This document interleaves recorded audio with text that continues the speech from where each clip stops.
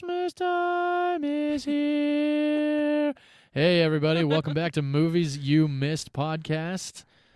I'm John. And I'm Vee. Vee, how are you today? I'm definitely in the holiday spirit. As am I. Yes, we are 3 weeks into our holiday month, and I am certainly feeling like a who in Whoville at this point. Excellent. I love it. I actually kind of feel like Ebenezer Scrooge at just about the end of A Christmas Carol, just elated and joyous and jolly. Yes. Nice and very timely for that statement. Yeah, I thought so. Awesome. For those of you that are new to Movies You Missed podcast, welcome. We are two entertainment industry veterans with 25 years collectively between us both in the entertainment industry in different capacities. And we here do not do any spoilers at Movies You Missed, but we do like to give a rundown of movies that we kind of feel fell under the radar, movies that need to be revisited, and some movies that we just plain out enjoy. Yeah, that's right. I love having an excuse to watch movies throughout the week because of this podcast. As do I. It is one of my favorite pastimes. Yeah, not that we need excuses, that's true. No. Good point. But now mine is a little bit more organized in terms of my watching list. I guess that's true, yeah. It does kind of keep me at a certain, like, oh, what's on the list right now? Mm-hmm. Instead of kind of sitting there and staring at my vast collection for an hour and then scrolling through streamers for an hour. And then 2 hours have gone by and I could have watched a movie in that time. Now it's time for bed. Yeah, now it's time for bed, of course. Or it's time to put a movie on and pass out 20 minutes into it. Yes, you are notorious for that. I apparently am, so says the wife, and all the videos she has of me doing so. Can confirm. So speaking of movies we're watching, have you seen any new movies this last week? Actually, I did. Like I was saying in our last episode, was going to get the Apple TV Plus free trial. I originally missed out on the 3-month trial of Apple TV with my Samsung TV. I missed it by a few days. Ah, bummer. I know. I was really disappointed because I was looking forward to free Apple TV. But thankfully, Will Smith is giving out 2 free months of Apple TV right now because he wants everybody to check out Emancipation. And I think that's really cool. And I definitely planned on seeing that movie because I'm a Will Smith fan and an Antoine Fuqua fan. Yes, Antoine Fuqua makes cool movies, that's for sure.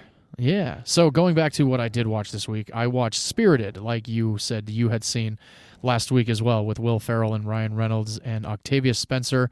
Very entertaining flick, like you said. The songs were really good, very catchy, very, very funny as well. And for those that know me by now with the podcast, know I'm not a big Will Ferrell fan, but I definitely enjoyed the take on A Christmas Carol in Spirited. It was a very good flick. Definitely will be watching it again.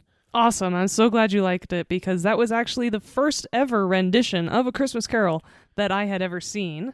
Oh, wow. I know. And that is some news to drop on me in this episode today. I honestly, I'm talking about Christmas Carol and, all these renditions. Like, oh yeah. And you just now tell me that you've never seen a Christmas Carol rendition until Spirited. Wow. I had heard of all the versions. I'd just never seen them before. Wow. Okay. Well, cool. Yeah. And I, too, enjoyed it, but I'm really glad that after we discussed it, you gave it a shot and enjoyed it as well. I did indeed, yes. And again, for those that don't know about Spirited, it is on Apple TV Plus, and you can stream it right now if you have a subscription, or you can rent it. Yeah, and they both do a great job singing. They do, yeah, actually. Surprisingly, the songs were sung very well. Yeah. And V, did you happen to see anything this week? I did, actually. It is a complete 180 opposite turn from A Christmas Carol and the musical that you watched. I actually sat down and watched All Quiet on the Western Front. Oh, yeah, you've been talking about watching that one. Yeah, it is a new movie on Netflix. It is a German-produced film. It was originally released at the Toronto Film Festival a couple months ago in September. Nice. And has now been put on Netflix. And so that's where I watched it. It is heartbreakingly beautiful. My soul ached the entire movie. Wow. It is based on one of my all-time favorite books called All Quiet on the Western Front as well. It is a German book, and it is about German soldiers in World War I. It was actually a book written in 1929, and a movie of the same name was produced in 1930, and it was the first ever Best Picture winner based on a book. Oh, wow. That's cool. I didn't know that. Me either, until I watched this rendition of it the other night and then did a little bit of research just because I was curious. And so I'm definitely going to watch the original version of this film. But yeah, the cinematography is unfucking real. It is such a gorgeous movie, full of such horror, but at the same time, it's just beautifully shot. The actors are all fantastic. Most of the actors are ones that I, as an American, don't recognize, and so I could absolutely just feel and believe that these are people that I'm watching and not actors playing a part. We discussed that a little bit with 28 Days Later a couple weeks ago. Right, yeah. And it's a beautiful movie, and it's actually been put for consideration for the Academy for Best Foreign Film. So I'm hoping it gets nominated and potentially wins because it's incredible. I highly, highly recommend you watch it in the original German with English subtitles. Sure. I'm not a fan of dub movies. Neither am I. No way. Right? It just cheapens the movie for me a little bit. It takes me out of the movie a bit. And so watching it in the original German added a lot of weight to this movie. And so I can't speak highly of it enough. It's definitely an intense and very heavy movie, but I highly recommend it. Sweet. Yeah, I definitely will have to check that one out. I do like war films and always looking for another good war film. This is definitely up there for me in terms of a good war film now. Awesome. Yeah. I will have to watch that one for sure. But, enough about all of that, because beyond the movies that we're about to discuss, there's another movie that we absolutely and 100% need to discuss right now. It has been a very long time since this movie was announced. It's been a very long time since the original came out as well. This has been a 13-year-long wait. And for those that have listened to our podcast from the beginning know that Vee and I saw the original in theaters together, and we made it a point to actually see this one in theaters together. And I am talking, of course, about Avatar: The Way of Water. Yeah. Yes. Yes, and more fucking yes. Yeah. Oh, my Lord. Wow. Oh, damn. It's crazy because I literally have been like bottling up like how I can really just go off on and talk about this movie because there's nobody else that has seen it that I know that has seen it around that I can actually discuss it with. Right. So, and again, no spoilers here whatsoever, but I'm going to tell you right now that I am extremely happy with what we got to experience over the weekend, worth every one of those long years. And always hearing, production delays, and we're not sure if we're going to get that sequel in the time that James Cameron allotted or gave us, because he's always like, oh, it's coming, and everyone's like, when? Don't die before that. I know, right? And then finally we get the sequel, and I remember seeing one trailer for it, and I thought the trailer was great, and I also think that this sequel is pretty damn great.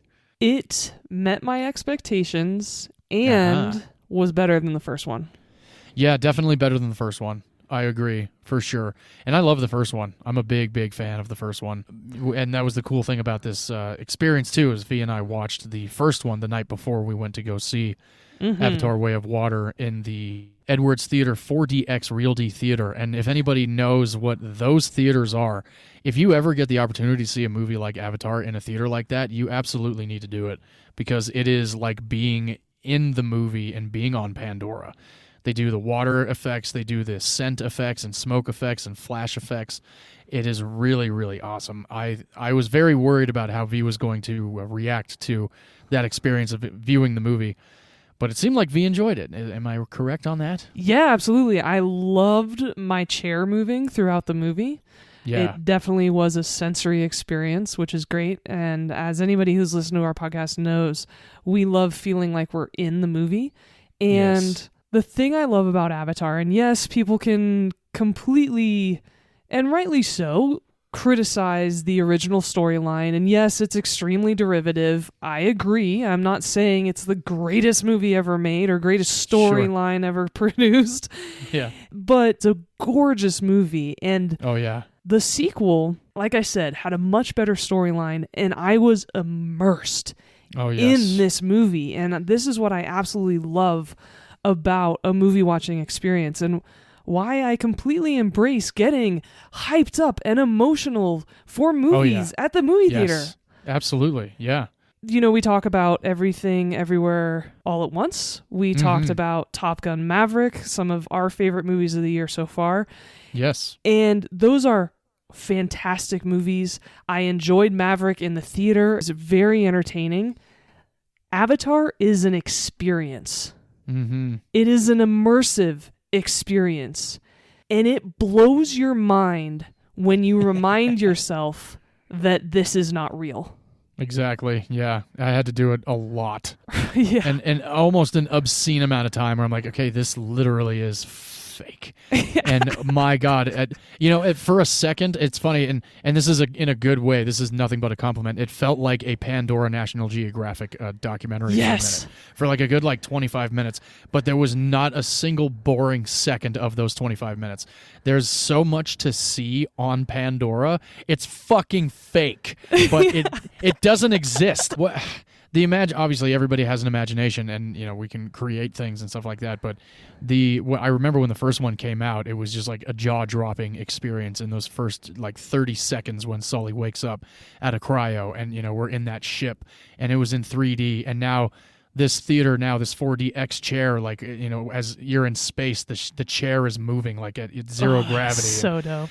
When there's explosions, there's wind blowing in your face, and the seat is shaking you around to the point where your ass actually lifts off the seat. It's fucking awesome.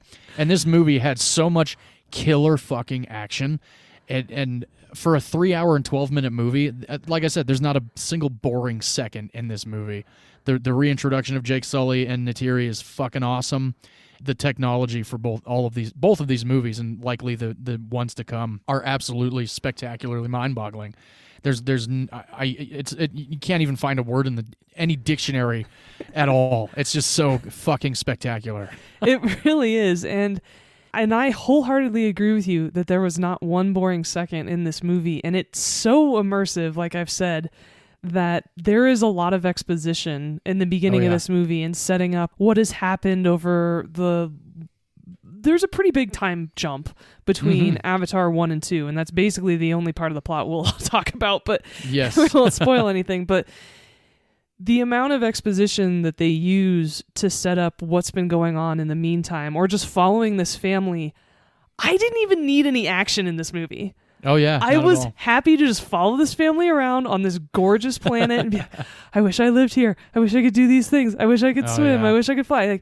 All these things that they can do on this gorgeous, heavenly planet. Yeah. And then we're into the movie for a while, and I go, oh my gosh, that's right.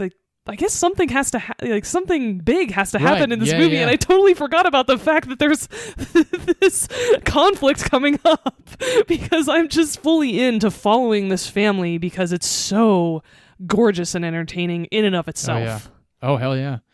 No, it really was. And for those that have also listened to our podcast, no, my wife does not really watch movies very much. My wife came with us to watch Avatar: Way of Water, and she sat through the entire film without a minute of fidget. And when the credits rolled, she said, "Are you proud of me? I didn't fidget." I said, "I actually halfway through the movie realized that you didn't move once." And I was very happy. I was a happy husband for sure. I will be seeing it again. I imagine maybe one or two more times if I am able to. It's definitely one of those, give the day to it type of a movie. Maybe go in the afternoon, get yourself some lunch, and then definitely don't drink anything before the movie, because we both so the movie that we saw was at 2:30, and both of us agreed when we were at the house, we're like, okay, stop drinking at noon. Yep. No more drinks. Not at all. Yeah. And none of us got up to leave the theater. Because James Cameron's been saying, people are probably going to need to get up to pee. And then, they'll come back and see it again. I'm like, well, I'm not going to have to get up because I can do this. But we will be seeing it again. Oh, most definitely. Yes, yeah, absolutely. I will see it in 3D probably after the new year, just because there's a lot of holiday stuff coming up. But for sure. Yeah, it was absolutely incredible. And like I said, it's immersive. It's an experience. It is so different to any other movie experience that you have because of the technology that he's using to present this story. And again, I think the storyline was better than the first one. Oh yeah, no, it was a great storyline.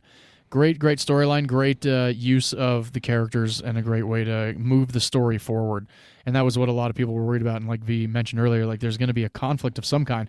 And that happened to me too. I'm like, okay, so I think we're an hour and a half, right? First, like an hour and a half into this, and it's been amazing. And now I'm just like, what is going to go down next? And then when the flame gets lit, it goes off. Oh, the action is dope. It is so epic. There is so many killer battle sequences. And if you've seen the first one, you know that the Ikrons, the banshees that they fly on, really kind of get into the battle too. And that was one thing I really liked about the sequel, is the use of the Ikrons. It was really badass. Yeah. I just really thought the fucking movie was so good. So good. So many beautiful colors and underwater creatures that do not exist. Yeah. But look 100% believable enough for you to reach out and touch. It's amazing. To a point where when one of the animals gets injured, I got upset, and John turned to me and was like, "Are you crying?" I'm like, "A little bit." Yeah. And I was like, "Shit, this isn't real." That's right. Yeah, we weren't watching a documentary, but it felt like it. It's crazy. Oh yeah, it's great. And afterwards, of course, we're so hyped about it, and we're talking about it in the car, and we're like, oh yeah, well, now that this is going, and now that he's been filming these concurrently, we don't have to wait another 13 years. This is great. And we look it up in the car, and we're like, cool, it's coming out next December. And then we look at it again, we're like, fuck, it's 2024 that it's coming out. Yeah, that's very annoying. It's extreme bummer. I am completely fine with it, because I really liked how this one ended. And I can't wait to see what the hell is going to go down next. There's certainly enough story and enough plot and enough possibility that I understand why he's making this 5 movies. Absolutely, yeah. For a completely made-up bullshit planet that exists in computer graphics, and that is it. But it's absolutely insane. Yes. And there's some really cool, the last thing I'll say is there's some really badass nods to the original Avatar that I really just like. I got a little bit more comfortable in my seat and was like, fuck yeah, I like that. Yeah, I like how they bring back some of the references references that go down in the original Avatar. So definitely a 2 thumbs way up for me. I gave it like a 9.7 out of 10. Nice. But it's again, it's not a perfect movie. There's definitely some moments in the movie, but overall in the 3 hours and 12 minutes, it's like 99.98% fucking fantastic. So it's definitely worth seeing in the theaters. If anybody's been wanting to see it in the theaters, you absolutely should, and definitely support this film. Awesome. I wholeheartedly agree. I think it's right up there with my favorite movie of the year with Top Gun Maverick. Most definitely, yes. I think I have 3 top favorite movies right now, and this one very likely has pushed Maverick out of the number 1 spot. Ooh. Just because, like you said, it's the experience of being there, and the way that that we viewed the film, and it's so spectacular. And for those that listen also know I've been to Disney World and love the Pandora section of Animal Kingdom, and now it's like being on the ride again, or just literally being on the planet. It's so awesome. Yeah, absolutely. And so I'm assuming that would be Everything Everywhere All at Once, Top Gun Maverick, and Avatar 2 are the top 3 for yours? That's my top 3 of the year. Nice. Yep. Yeah. That's a good list. Yeah, it's been a decent year. Yeah, I think so too, actually. For the next 2 weeks, but yeah, it's definitely been a decent year. And The Whale just came out, the new Darren Aronofsky, Brendan Fraser film, which definitely have to see. And the Oscar contenders are going to start coming out, or at least they're already out, and then they'll be re-released. So there'll definitely be some more movies to go see in the next couple of weeks. Yeah, they're starting to come out, including Babylon, which I will go see, even though you refuse to watch. I will let you know what I think. So I guess that is Avatar: Way of Water for at least on my end. V, anything else left that you want to drop? No, I think we've gushed enough. And again, neither of us are fanboys and have blind devotion to anything, including James Cameron or Avatar. We both recognize the limitations and shortcomings of the first one, and of course, respect the fact that some people did not like the first one.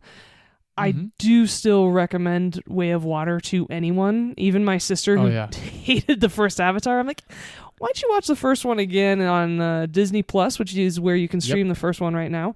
Why don't you give it another shot? You haven't watched it in about 10 years, see what you think. And if you don't hate it, go see Way of Water because it was better.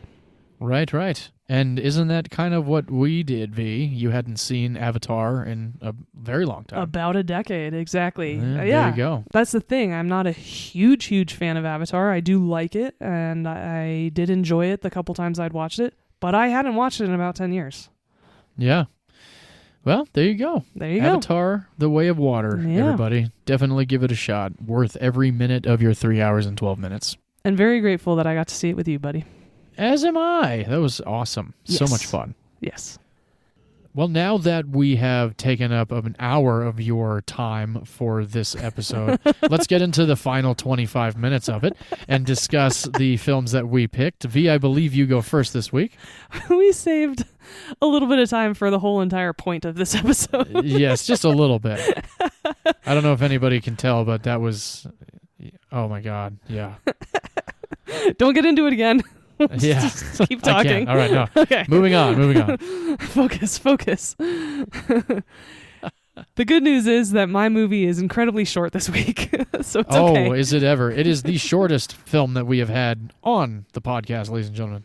It is, and I see this as an actual film. It is a TV special, so an argument can be made, but I look at this as a film. Even though it premiered on TV, and that's where most everyone has ever seen it before. Right. I am talking about the OG, the 1965, the first ever animated special of this character. This is A Charlie Brown Christmas. Christmas time is here. So cute. I love it. It's one of those things that is always... during the month of December, that and the Wham! Last Christmas is like heard the most, I feel like. I mean, on most radio stations and anywhere you're walking around, there's going to be kids or even parents singing that tune. Mariah Carey would like a word. I suppose that one's also true, yes. Mariah, you're still out there, believe me, I know. I listen every now and then. This movie was made in 1965. Wow. Which also makes me happy because we haven't done a movie that is over 30 years old in a little bit, and so I'm glad we're doing that again.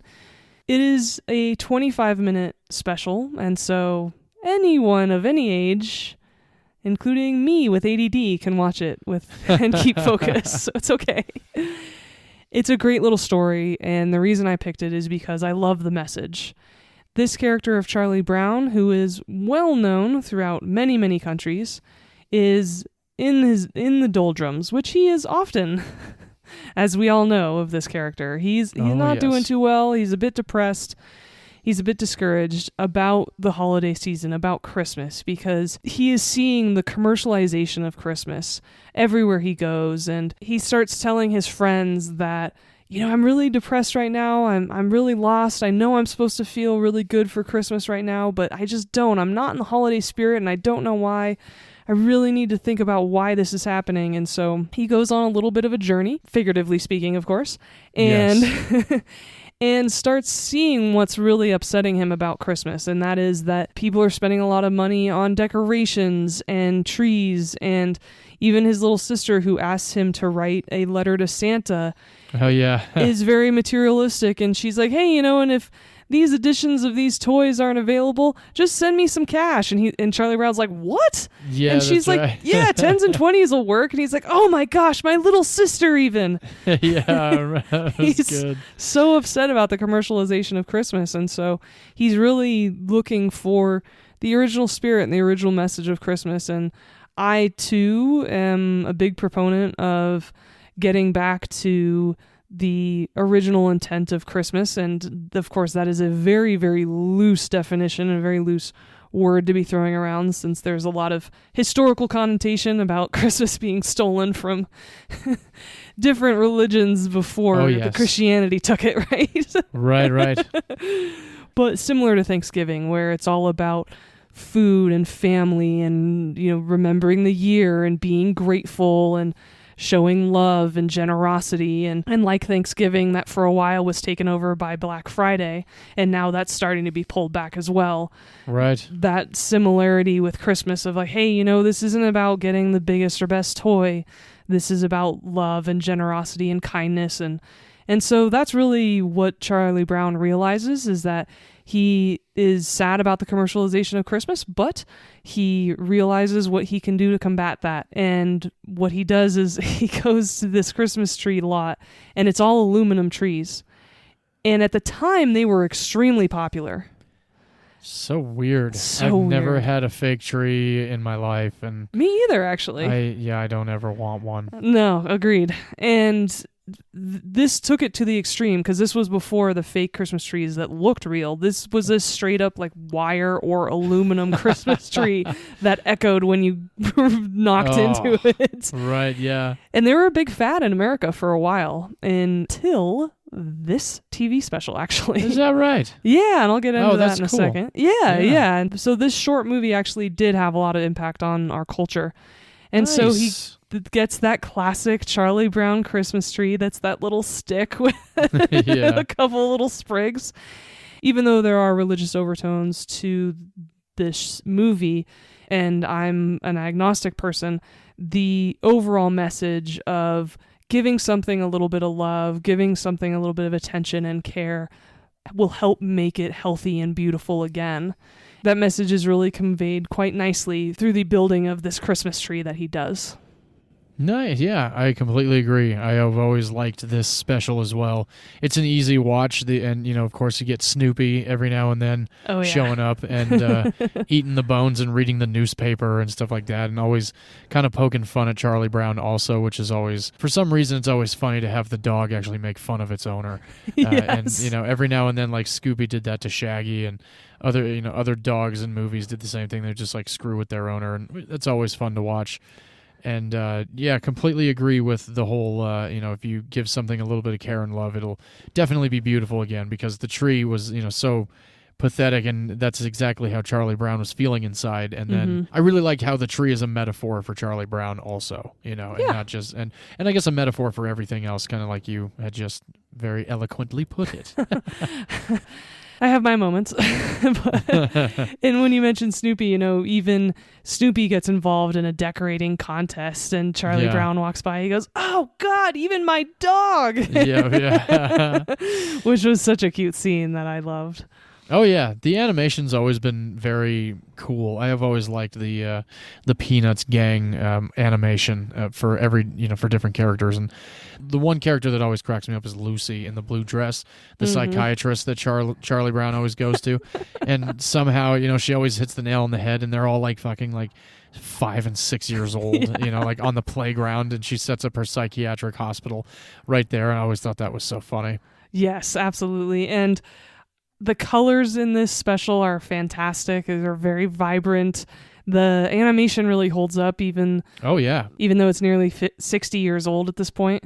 Man, that's so nuts. I know. Because, again, like you said, you watched it on TV as a kid, and so did I. So, of course, I put this together as like it came out when I was that age. Same. But, of course, it didn't. It's like those Rudolph the Red-Nosed Reindeer and Frosty the Snowman stop-motion animation movies. Those came out when our parents were young, but we saw them as a kid, so, of course, we put it with like, oh, it came out when we were that young. Exactly. It didn't, actually. No, it didn't. And as you said, these characters are great. I've always loved Pigpen. He's always been my favorite. He's such a sweetie. But when I was a kid, for some reason, his name did not get absorbed into my brain. And for years and years and years and years, whenever I try to reference him, I always call him Backpack.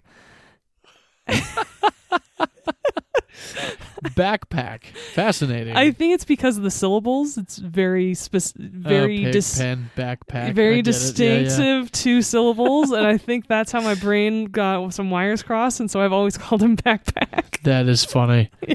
But he was always my favorite character. He's a sweetie. And because this was the first ever TV or movie or animated special at all that took the classic Charlie Brown comic strip and made it into an animation, this was the first time we ever heard him speak. That's true, yeah. And he was voiced by Peter Robbins, who was 9 years old. Oh, wow. At the time. And he then voiced most of the notable Charlie Brown shorts that we've watched. Cool. After this, he also voiced It's a Great Pumpkin Charlie Brown All-Stars, You're in Love Charlie Brown, and A Boy Named Charlie Brown. So he voiced the character from between the ages of 9 and 13. He was voicing that character, which is great. Wow. Yeah, that's very cool. And in his life, when he became an adult, he owned a dog named Snoopy. Nice. Who is one of the few people who should have a complete right to name their dog Snoopy. 100% agree. He also struggled a bit in his adult life, and once he got himself in a better place, he then was a very big advocate for people with bipolar disorder, because it turns out he was bipolar, and so once he got his life turned around, he was able to be a big advocate for that, which was really great. Wow. Unfortunately, he died in January of this year, 2022. No way. Yeah, so that's unfortunate. He was in his 70s. And for a Charlie Brown Christmas, he made $125. What? Which was a little less than $1,200 in today's money. Wow. For just that one in particular? Yes. Huh. And Christopher Shea then was the voice actor for Linus. He was Linus for all of the specials that I mentioned just a minute ago. And Lucy, your favorite character, Tracy Stratford, was the voice for Lucy in this special. And the reason why she wasn't the voice afterwards was because her voice matured.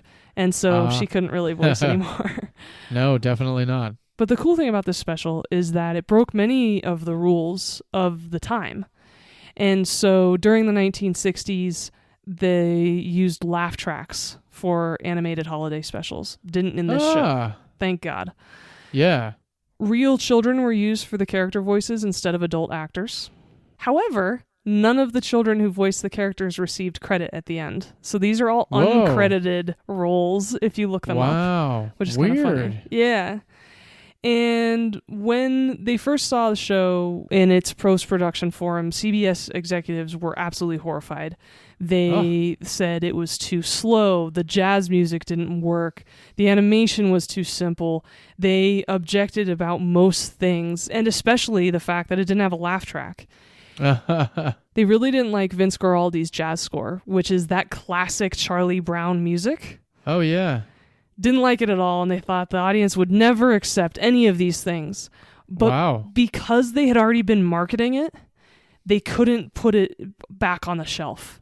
People were expecting this to come out. Audiences were ready for it, and so they still had to release it.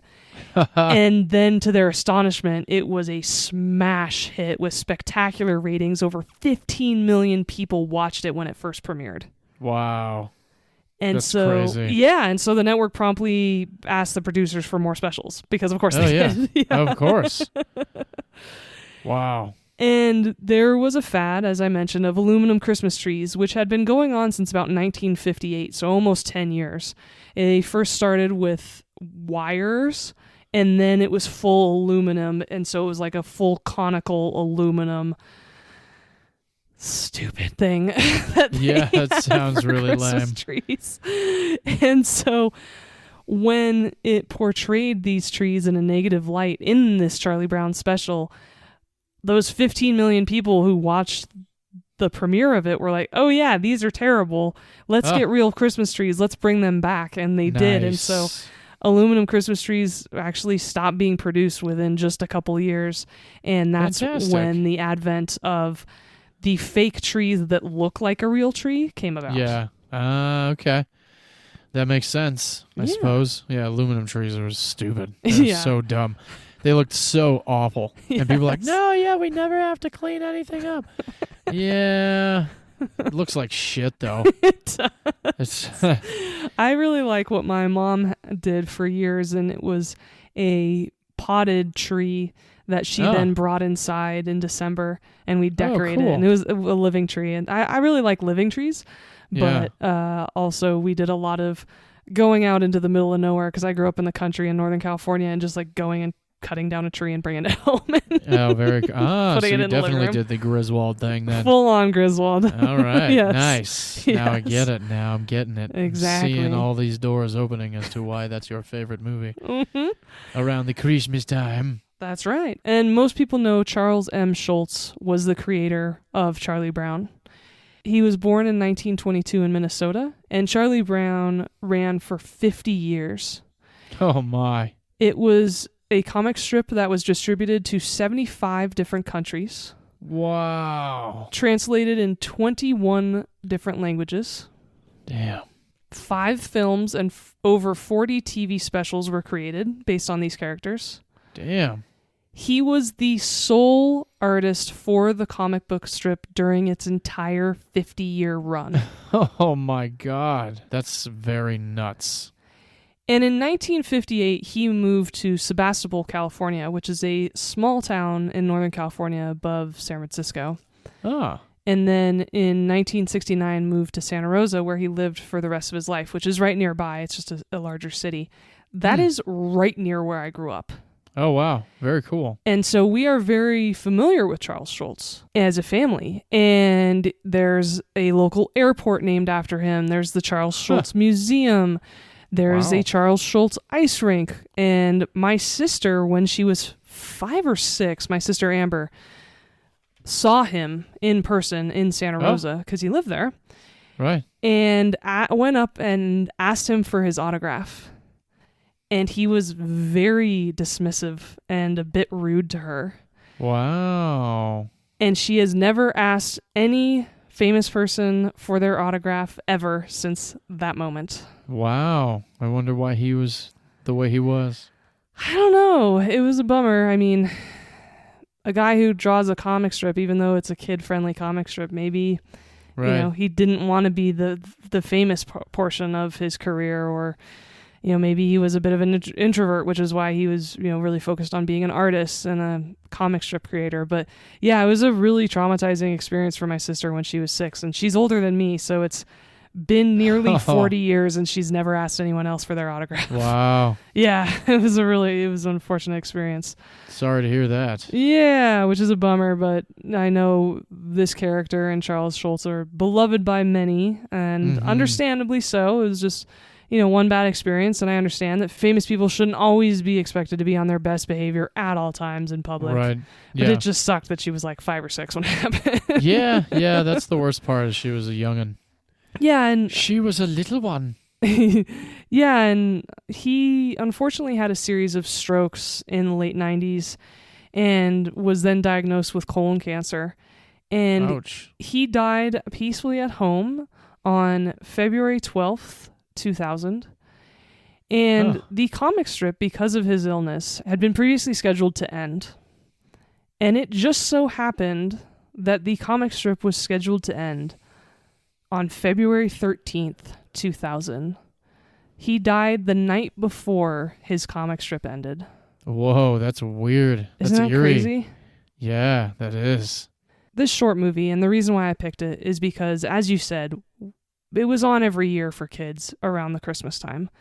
It is one of the only Christmas-themed movies that I've seen on a regular basis as a holiday tradition.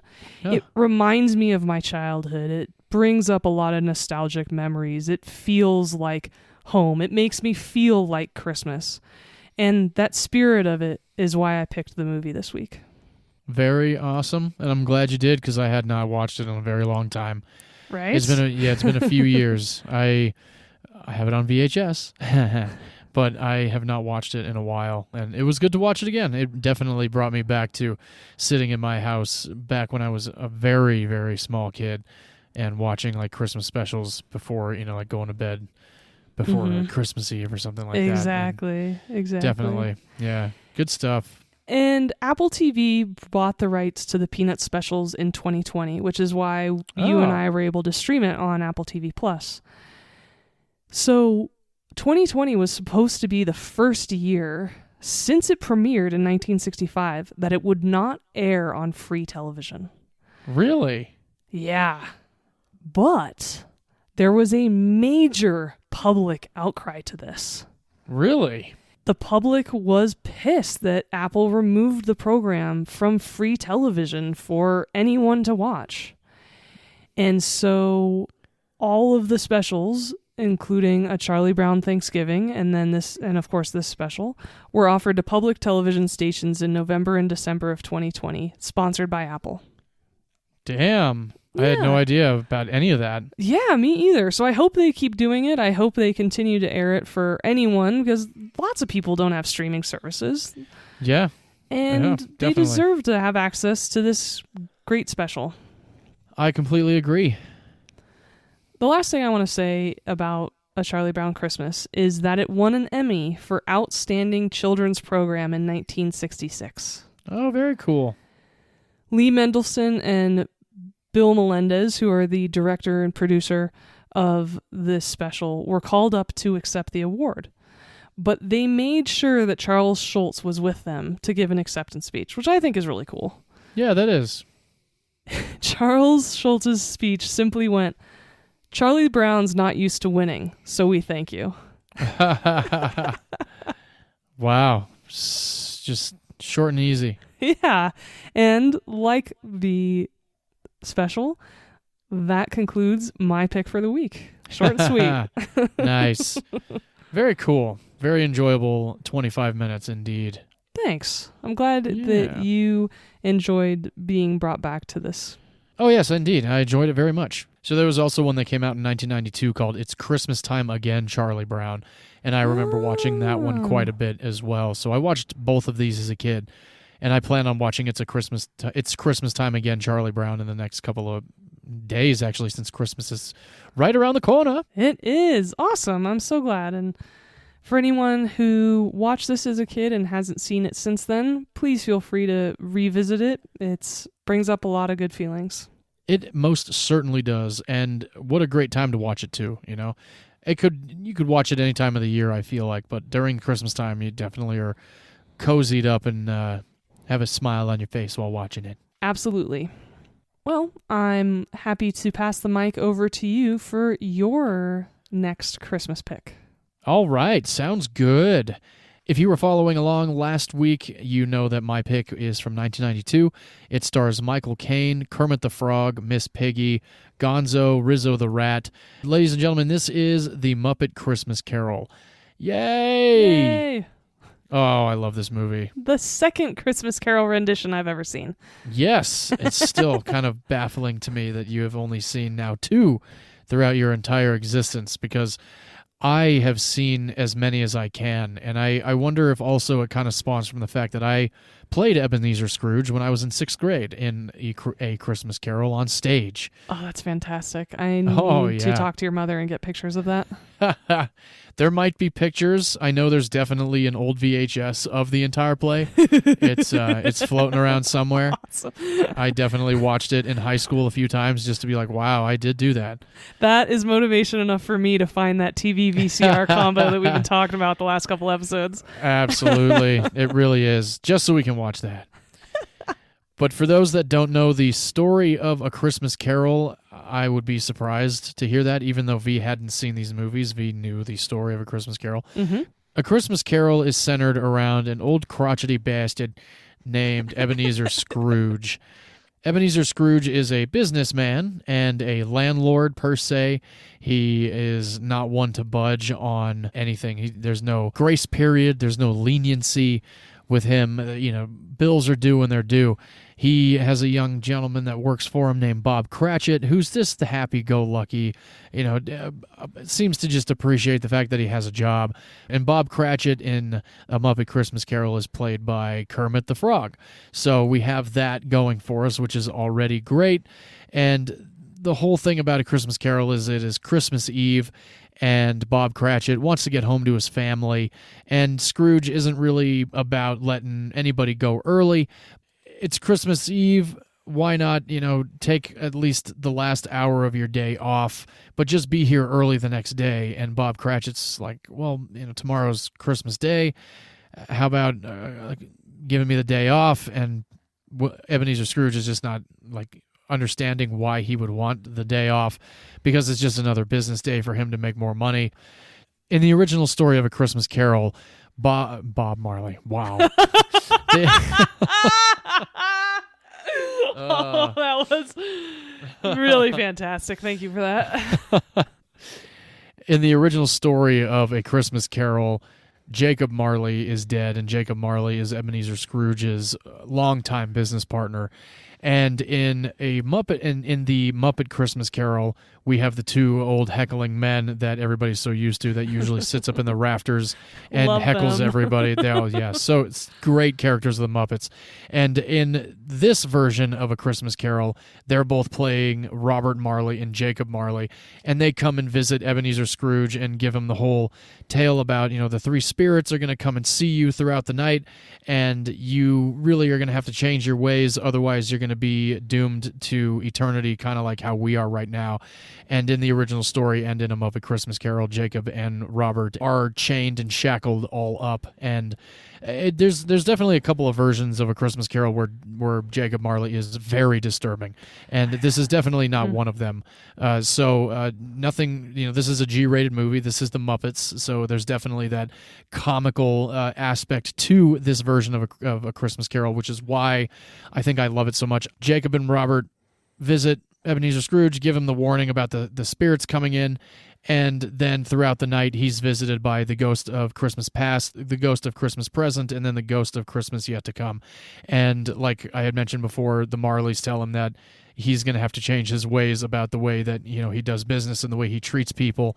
And he essentially, there's that story of the Grinch about how his heart was 2 sizes too small. That is basically the story of A Christmas Carol also. So I like that about it. And Michael Caine is just a fantastic Ebenezer Scrooge, playing along with the Muppets in this movie. And the movie is directed by Brian Henson, who was Jim Henson's son. And this was the first Muppet movie actually to move forward in production after Jim Henson's passing. Aww. So, yeah, there was a lot of pressure to make this movie not only, a great tribute to Jim Henson and his genius mind of bringing us this world of Muppets and puppetry, but his son at the helm and Michael Caine in 1992 as Ebenezer Scrooge is just so awesome. Yes, absolutely. And I actually didn't know that about Brian Henson. And no, I can only imagine what that was like. Like I was saying, the pressure was on, not only from, I imagine, some of the producers, but who knows, maybe they backed off a little bit. There's so many wonderful stories that come out of Jim Henson Productions, and there's never, and I'm sure there's definitely turmoil, and there's a lot of crazy scheduling issues, and maybe the puppet's not working or the eyes aren't working, this, that, and the other. But at the same time, there's a lot of love and care and heart that go into these Muppet movies. And everybody that is involved, you can tell, is having nothing but a good fucking time. Well, that's an interesting point you make, because there is always that lingering question that's unspoken, that's just hanging in the air once the creative aspect has passed of a company or of a juggernaut that is the Muppets and Sesame Street and things like that. When the artist and the creative mind behind it passes away, can this thing keep going? Right, yeah. Similar to when Walt Disney died. What's going to happen to Disney when he dies? Because he was the helm, he was the leader, he was the driving force behind Disney as a corporation and as a creative studio. So what the hell is going to happen? And I'm wondering if those questions were kind of unspoken as well after he passed away. Now, I'm a huge fan of Brian Henson. I love a ton of what he's done. Of course, definitely a fan of Jim as well. But I grew up under the Muppets that were helmed by Brian Henson because of my age. And so the stories that he has produced and where his hands have gone have been absolutely incredible, and I want all of the accolades to go to him as well, because he has been incredible heading up the Henson Company. Oh yeah, definitely.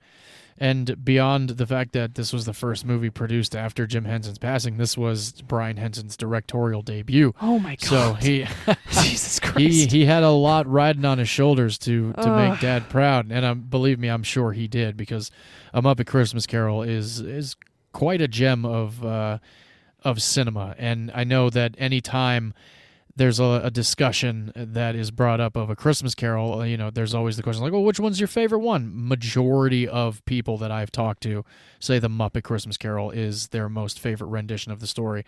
And I'm with them. That's why I picked it for this episode, because I love this movie. I love it so much.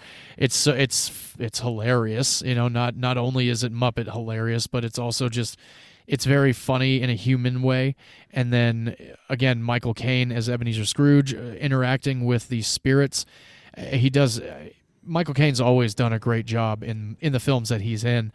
And one of the things that he ended up telling Brian Henson early on, before the camera started rolling, was that he was going to play Ebenezer Scrooge like he was with the Shakespeare Company, and like there were no puppets around him. So he plays it like, he's on stage. And I think that it really accentuates the movie to a completely different level than what it would have been like, let me interact with the Muppets, kind of like how the Muppet movie, goes about doing that. And that's fine, because that's the Muppet movie. But the way that Michael Caine took the character of Ebenezer Scrooge to keep that disdain and dripping from him majority of the time, along with the Muppets, is just like, that's just great, because I would be breaking character all the damn time, and I would probably have to be replaced. I wholeheartedly agree with you, and I remember you saying that in an earlier episode about Michael Caine, that he had taken this role really seriously. So I went into this movie actually remembering you saying that. Oh, yes. And he made this movie. Oh, yeah. Incredible. Yeah. I wholeheartly agree with you that he leveled up this movie because he took it seriously. Yeah. It wasn't slapstick. It wasn't silly. It, wasn't ludicrous or what have you. Like, this was a serious telling in a more consumable form for young people of this story. And he was so good in it, and the seriousness and the emotive aspects that he has throughout the night are really, really powerful. And I absolutely agree with you that him taking this role seriously made this movie exceptional. I'm glad you feel that way. And it seems like the majority of people agree with us, because, again, it's the go-to Christmas Carol. Next to the Jim Carrey Christmas Carol, the Patrick Stewart Christmas Carol is great. There's definitely a lot of Christmas Carol renditions, and again, there's just so much fun with this one. And they bring in the whole Tiny Tim thing quite sadly as well, which is they did it well. Oh yeah, it's done very well. Mm-hmm. And I love how Miss Piggy is Bob Cratchit's wife. Mm-hmm. And I love that Gonzo is Charles Dickens as the narrator, and Rizzo the Rat is his counterpart. And the funny thing is, when I did this on stage in 6th grade, we actually used the script of A Muppet Christmas Carol. So the actress that plays Charles Dickens, she does the whole there's a mole on my hand and a scar from when I fell off my bike when I was 3 or something like that. That was from A Muppet Christmas Carol. Mm-hmm. So I thought that was kind of funny that they decided to do that at my school anyway. And speaking about the quality of this film, I think another thing that really makes it believable is the seamless integration of Muppets with live action and other people. The sets, the humans walking around, it's such a natural combination. They were able to build this world of these combined characters so well that, again, it was just so believable. I completely agree. Yeah, I like when that's done, and that's another brilliant thing about how Jim Henson and Brian Henson and the people at Jim Henson Productions are able to somehow do that without it. It's really, again, it's the movie magic thing. It's really quite incredible. It's like with Who Framed Roger Rabbit, the seamless integration of animation and live action. This one, granted, yes, it is live action because they're puppets, but it doesn't look like, there's, I don't know, it feels very natural. And the Ghost of Christmas Past is the stuff of nightmares. Oh yeah, very scary, right? She is so creepy. Ugh, definitely. She's very ethereal, and her face is Speaking of, we were talking about being natural. Her face is unnatural. You're like, it's a puppet, but it's also a human face, and I'm really creeped out right now. Very and creepy. I feel like she's gonna crawl out of my TV. Yeah, that I actually really like the effect of the Ghost of Christmas Past, and the cool thing is, like, majority of the tellings of A Christmas Carol, that Ghost of Christmas Past is either a very beautiful girl or a very kind of, childlike spirit. Mm-hmm. And the way that they do it in this one is great. And the effect that they were able to accomplish by doing that was they took the ghost and they put it in a tank of water and then just kind of, like swashed it around a little bit and green screened it into the movie. Nice. So as far as I can tell, Michael Caine is acting with nothing there and, doing it fantastically, as he always does. And one thing that I also found interesting, next to this being the first movie without Jim Henson at the helm, this was also the first movie where Jim Henson did not voice Kermit the Frog. So the voice of Kermit the Frog was passed down to a gentleman named Steve Whitmire. He was extremely nervous about it because I can only imagine. He had the world of Kermit on his shoulders. And the night before he went in to record the songs for the movie, he had a dream where Jim Henson told him that he was going to be all right. Oh. And he does a great job. I don't know who they have doing Kermit right now, but I'm going to tell you right now, it's awful. I've heard that, actually. No good. Whomever thought, oh, you know what? It was probably that dumbass Kapchick or Chapek or whatever the hell his name is. He's out now. Yeah, Bob Chapek. Yeah, let's get Iger to recast Kermit the Frog correctly, because he's back for a little while at least. So oddly enough, this movie did pretty modestly well at the box office, but it suffered also. And I wonder if you might be able to guess as to which movie it suffered up against. The year is 1992. 3 seconds. Shit. Is it a Disney movie? No, it's not. Okay. We literally have discussed it within the last 2 episodes. Fuck. Now you're putting me on the spot with that. Yeah. It might have been God, one of Home your Alone picks. 2. Duh. Yes, it was. Oh my God, sorry. Home Alone 2, Lost in New York, was out around the same time Yes, it while this was. was in theaters. And Home Alone 2 was kicking its ass. Although, again, it did do quite well. It did just fine in the box office. It had a $12 million budget, and opening weekend it pulled in $5.1 million. And worldwide, it grossed $32.6. So it did pretty well. I mean, granted, we know that Home Alone grossed over $300 worldwide. Like 376. Yeah, large number. Yeah. And originally this was penned as a TV special, but it ended up getting the feature-length treatment after I think the 4th song was introduced. And I was like, why don't we just make this a movie and we can release it in theaters? And thank God it did. And I wish I had seen it in theaters, in all honesty. I did not get a chance to do that, but I definitely would if this were re-released in theaters anywhere near where I'm living right now. I would most definitely go see this because the soundtrack is so good. Yet another organic connection between our movies that we didn't plan. The fact that this was going to be a TV special and mine was the first one we've ever picked. Right. And Home Alone 2. Yeah. Yeah, there's a couple God, so there's cool. a couple intertwinings happening here. It's funny. I love this movie, and now I want to watch every single rendition of A Christmas Carol in order to rank them. Yeah. I really was at a loss for how I felt about the music in this movie. Oh, really? I don't remember any of the songs that were sung except the very first one. Thought the first one was good. I didn't think the other ones were very catchy. Huh. And I just didn't feel like they had the impact on me that other musicals do when they have songs that are really hitting home.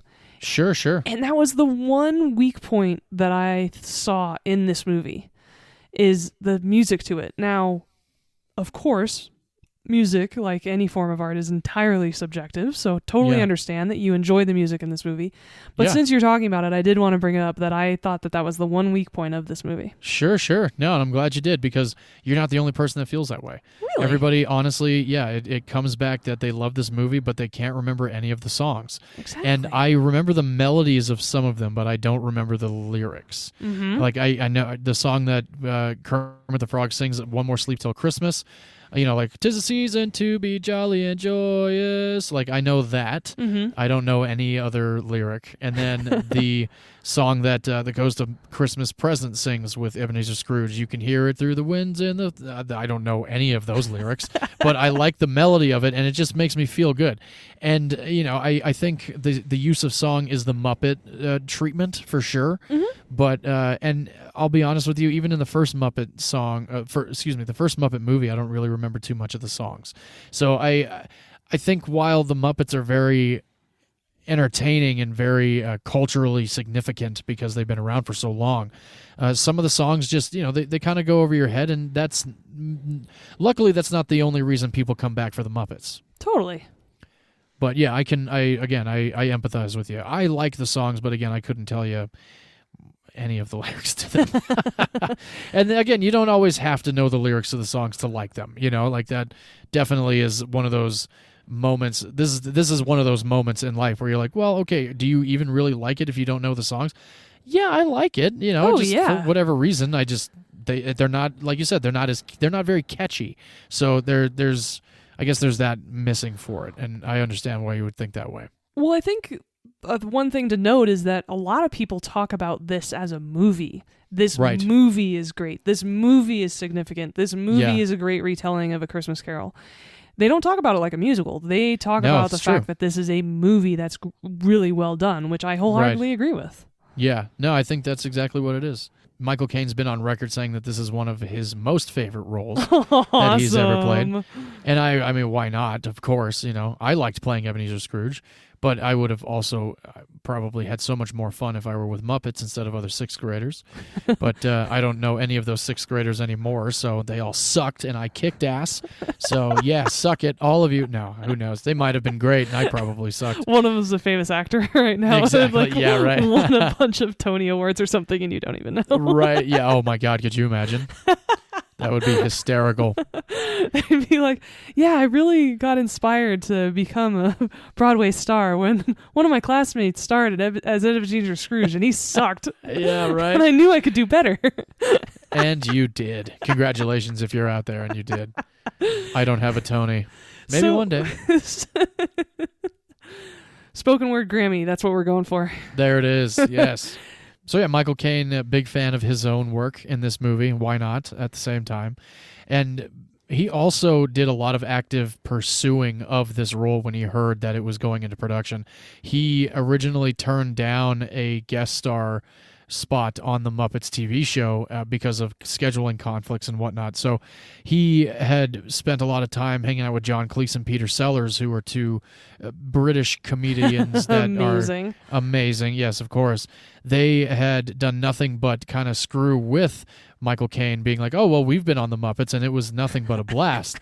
So Michael Caine just badgered his agent until his agent was able to get the studio on the phone and have him read for the role, and about a week later he was cast as Ebenezer Scrooge.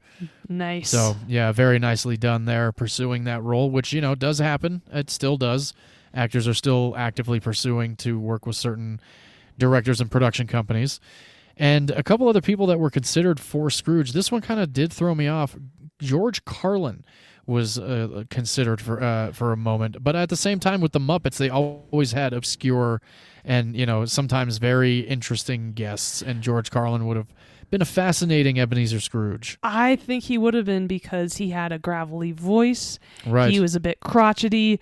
Man, his social commentary was fantastic, and yes, yeah, he was. I remember, I've seen him in some movies, and he was great at playing like this crotchety role. So yeah, I could totally see him as Ebenezer Scrooge, actually. Yeah. All right. Well, when you put it that way, I guess I could too.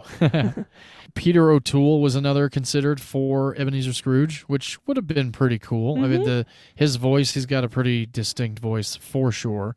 Especially as he got older, like when he was in Stardust, where he was a little bit more grizzled, where he had gray. I could see him as an Ebenezer Scrooge at that point versus, back when he was Lawrence of Arabia.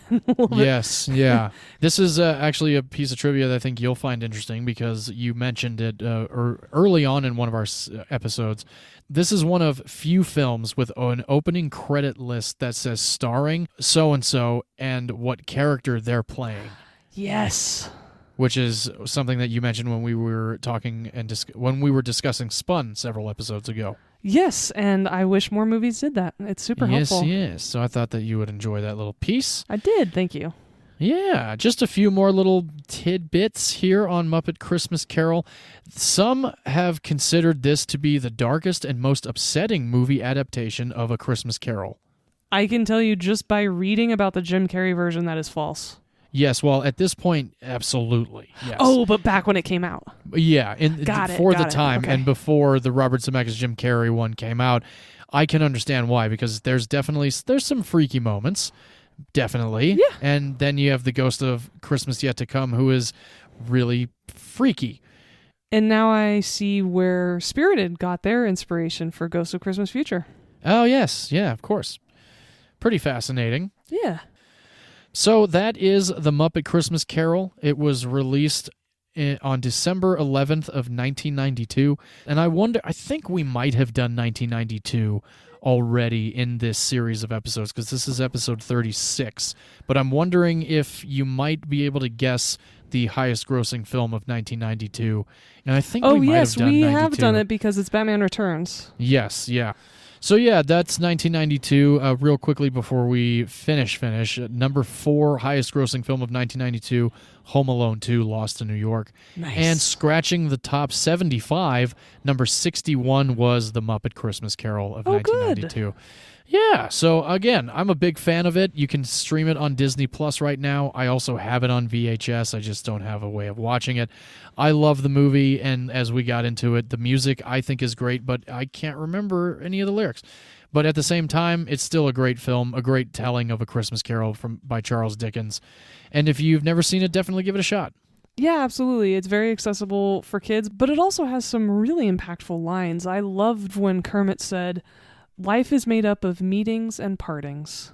Yeah, there's definitely, that Muppet heart to it, which I really also like as well. Yeah, a lot of good dialogue, and, a lot of it is ripped from the Charles Dickens story, which is also awesome. But then again, they do have to twist it for the Muppet universe, and they do a great job with it. And I like the whole message of family.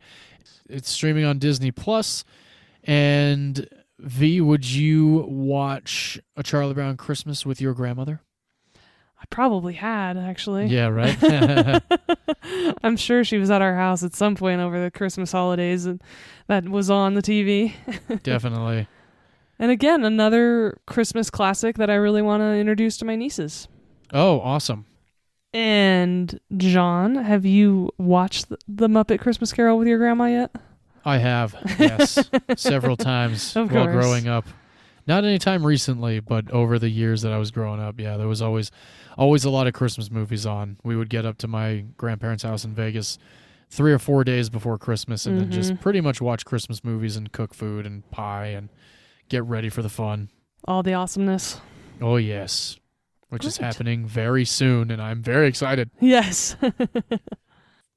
And as you mentioned, Christmas is close at hand, which means we only have one more week of Christmas movies to discuss. Lame. I'm sorry, but I think we could do it again next year. Oh, we will definitely do it again next year.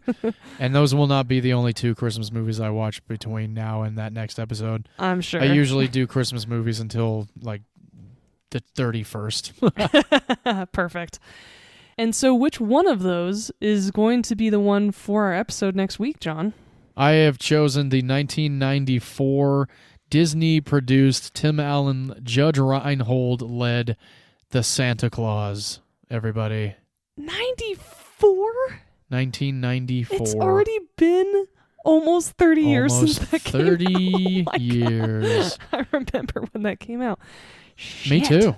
Yeah. Great movie, one of my most favorites, and that's why I am closing out the month with The Santa Claus.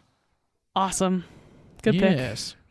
And The Santa Claus is available because it is a Disney-produced film on Disney Plus, and you can actually even watch The Santa Claus 2 and The Santa Claus 3, which I will very likely do because I like all 3 of them. And even though the third one is terrible, it's got Martin Short in it, so it's entertaining enough.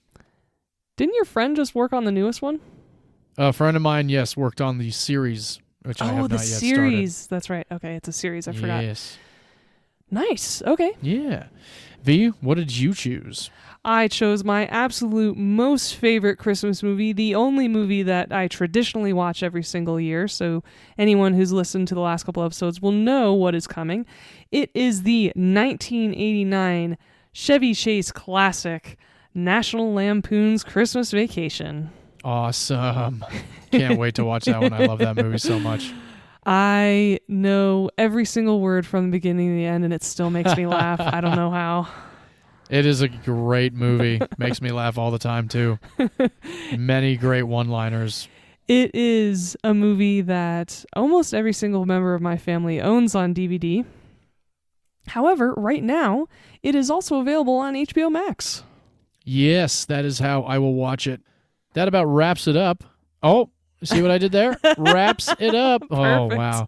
Should have saved it for next week. I probably should have. Yes. But that wraps us up here at Movies You Missed, episode 36. Thank you guys so much for joining us. For those that are new, please do rate, review, subscribe to us on any podcast platform that you use, Apple Podcasts, Spotify, Google Podcasts, etc., Buzzsprout. There's a bunch of different ones that we are on. So please do, like I said, rate, review, subscribe. Thank you for joining us, and we look forward to bringing you guys a new episode next week. And as we always do, like to close out here at Movies You Missed podcast. Film is a form of art, and in all art, every opinion is valid, except if you think. There are rules to movie making. Aha. Nice. Yeah, okay, thanks. Yeah, we talked about a 3-hour-plus movie that was completely visual effects driven. Today we talked about a 25-minute short. There are no rules to how you want to make a movie. And you can have it completely live action. You can have the plot not in order, like, say, Memento. Mm-hmm. You can have a single shot, like some movies we've seen. Like 1917? Oh, fuck, that movie's so good. Yes. There are no rules to how you want to present your movie to an audience. Agreed, indeed. Great. Yes. Well, that seems to be the end of the episode. Cheers, everybody. Bye-bye.